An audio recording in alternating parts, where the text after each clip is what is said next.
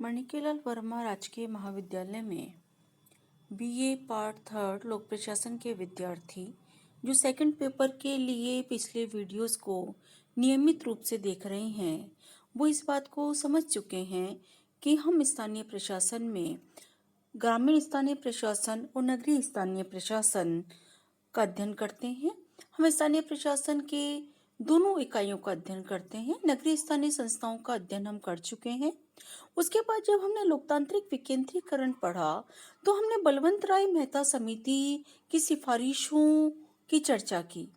बलवंत राय मेहता समिति की सिफारिशों के आधार पर भारत में लोकतांत्रिक विकेंद्रीकरण की शुरुआत हुई और राजस्थान के नागौर जिले में त्रिस्तरीय पंचायती राज का शुभारंभ हमारे तत्कालीन प्रधानमंत्री नेहरू जी ने किया। इस त्रिस्तरीय पंचायती राज संस्था में जिला स्तर पर जिला परिषद की संरचना का प्रावधान रखा गया और राजस्थान से आरंभ होकर भारत के अधिकांश राज्यों ने जिला स्तर पर जिला परिषद के गठन के प्रावधान को स्वीकार किया, क्रियान्वित किया।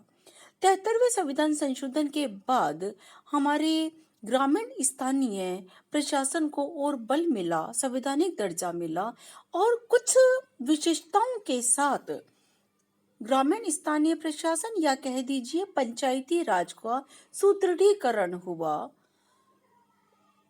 ये 73वें संविधान संशोधन की एक विशेष देन भारतीय प्रशासनिक व्यवस्था को रही। इस पंचायती राज व्यवस्था में जिला परिषद एक अहम संरचना है, सर्वोच्च संरचना है, जिसका गठन जिला स्तर पर किया जाता है। आज के वीडियो में हम जिला परिषद के बारे में पढ़ेंगे।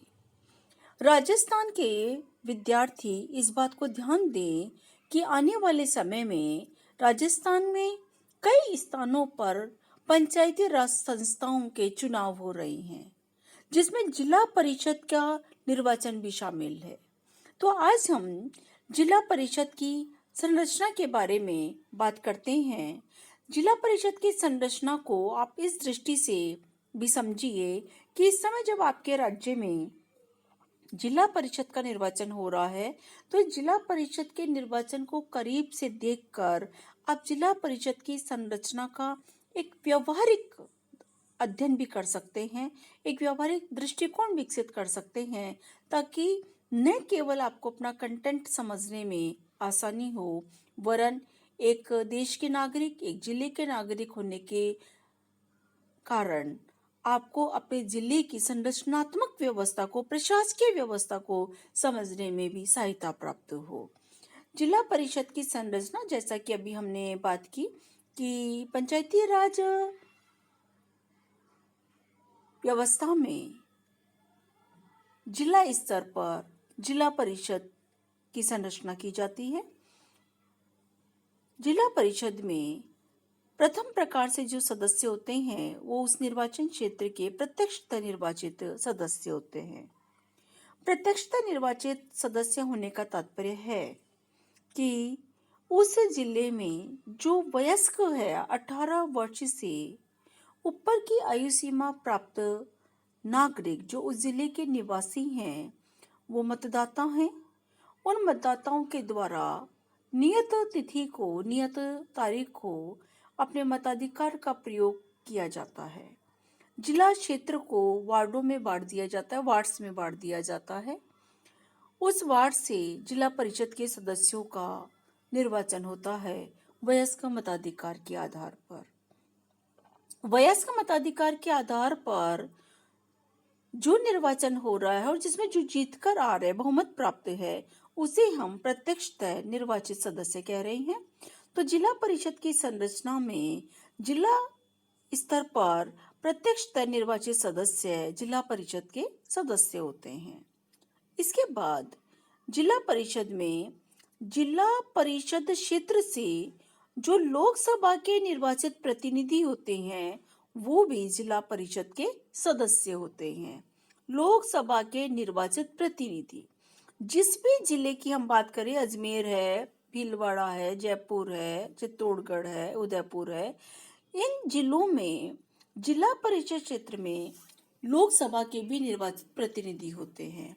हम जब अपने मताधिकार का प्रयोग करते हैं तो हम राज्य विधानसभा के लिए अपने मताधिकार का प्रयोग कर रहे होते हैं। जब लोकसभा के चुनाव होते हैं तो लोकसभा में अपना प्रतिनिधि चुनने के लिए हम मताधिकार का प्रयोग करते हैं और फिर जिला स्तर पर भी हम अपने मताधिकार का प्रयोग कर रहे हैं। तो हमने लोकसभा के लिए अपने जिस प्रतिनिधि को चुनकर भेजा है वह भी जिला परिषद के सदस्य होते हैं, पदेन सदस्य होते हैं। जब हम पदेन सदस्य शब्द का प्रयोग करते हैं तो इसका तात्पर्य हुआ कि एक व्यक्ति एक संस्था का सदस्य इसलिए बनाया जा रहा है क्योंकि वो पहले से ही किसी पद पर है। लोकसभा का सदस्य पहले से ही सांसद है, लोकसभा का सदस्य है, इसलिए उसको जिला परिषद का सदस्य बनाया जा रहा है।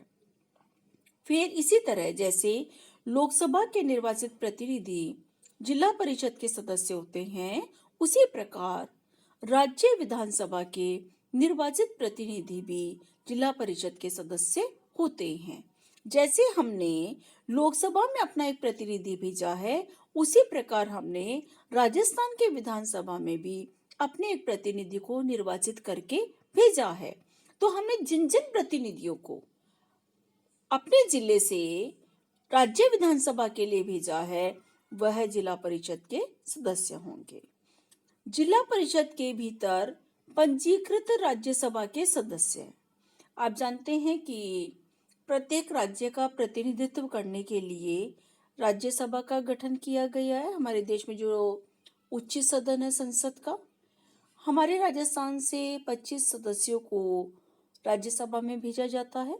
प्रत्येक सदस्य का कार्यकाल 6 वर्ष का होता है और हम जिस जिला परिषद क्षेत्र में रह रहे हैं उस जिला परिषद क्षेत्र में रहने वाला कोई व्यक्ति यहाँ की मतदाता सूची में जिसका नाम है या पंजीकृत से आप कंफ्यूज ना हो,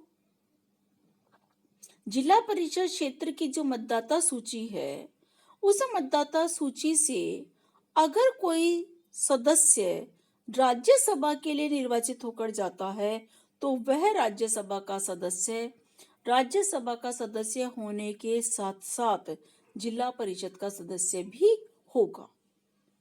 और अगर हमारे जिला परिषद क्षेत्र से कोई राज्यसभा का सदस्य निर्वाचित नहीं होता है तो फिर राज्यसभा के उन 25 सदस्यों में से उस जिले की जिला परिषद में कोई सदस्य नहीं होगा जिस जिले से जिला परिषद का सदस्य पंजीकृत नहीं हो। वो सीधी सी बात है, सिंपल सी बात है कि जिला परिषद में वही राज्यसभा का सदस्य सम्मिलित होगा जो सदस्य उस जिले की मतदाता सूची में रजिस्टर्ड होगा, पंजीकृत होगा। फिर जिला परिषद क्षेत्र में जितनी भी पंचायत समितियां आती है उसके प्रधान जिला परिषद के सदस्य होते हैं। एक जिला परिषद में कितनी पंचायत समितियां होगी इनकी संख्या निश्चित नहीं है। अलग अलग जिलों में अलग अलग संख्या होती है। किसी में 9 पंचायत समितियां हैं, किसी में 10 है, किसी में 13 पंचायत समितियां हैं। तो एक जिले में जितनी भी पंचायत समितियां हैं जो कि खंड स्तर पर गठित है, उन पंचायत समितियों का जो राजनीतिक प्रमुख है जिसे हम प्रधान कहते हैं, वो सारे प्रधान जिला परिषद के सदस्य होंगे। जिला प्रमुख और उप प्रमुख के जो निर्वाचन होते हैं उस निर्वाचन में केवल प्रत्यक्ष निर्वाचन से चुने हुए सदस्य ही मतदान कर सकते हैं। ध्यान दीजिए इस बात पे कि जब जिला प्रमुख और जिला उप प्रमुख का निर्वाचन होगा तो उसके लिए मतदान होगा और उस मतदान में लोकसभा के निर्वाचित प्रतिनिधि हैं, राज्य विधानसभा के निर्वाचित प्रतिनिधि हैं, जिला परिषद क्षेत्र के पंजीकृत राज्यसभा के अगर सदस्य कोई हैं या उस जिले में पंचायत समिति के जो प्रधान हैं और जिन सबको हम जिला परिषद का सदस्य कह रहे हैं, जो जिला परिषद के सदस्य होते हैं, ये सब जिला परिषद के सदस्य तो हैं, किंतु निर्वाचन जब होगा तो उस निर्वाचन में ये मतदान नहीं कर सकते। केवल मतदान करने का अधिकार प्रत्यक्षतः निर्वाचित सदस्यों को ही होगा।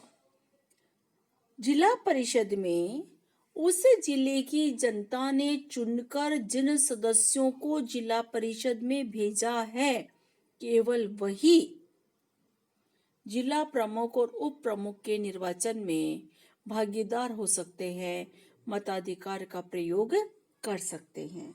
तो इस प्रकार जिला परिषद की संरचना में ये निर्वाचित सदस्य और कुछ पदेन सदस्य होते हैं।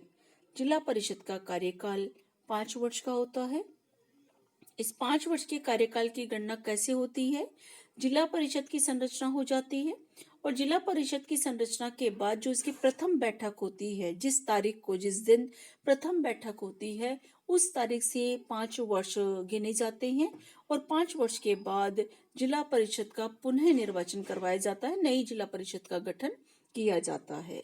राज्य सरकार अगर देखती है कि जिला परिषद का कार्य विधि अनुसार नहीं हो रहा है, संवैधानिक मान मर्यादाओं के अनुरूप नहीं हो रहा है, तो राज्य सरकार जिला परिषद को पहले भंग कर सकती है।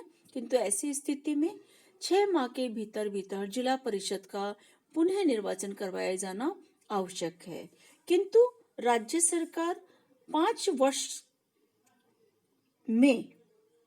वर्ष के पश्चात जिला परिषद का निर्वाचन करवाएगी ही करवाएगी। ये 73वें संविधान संशोधन का स्पष्ट प्रावधान है।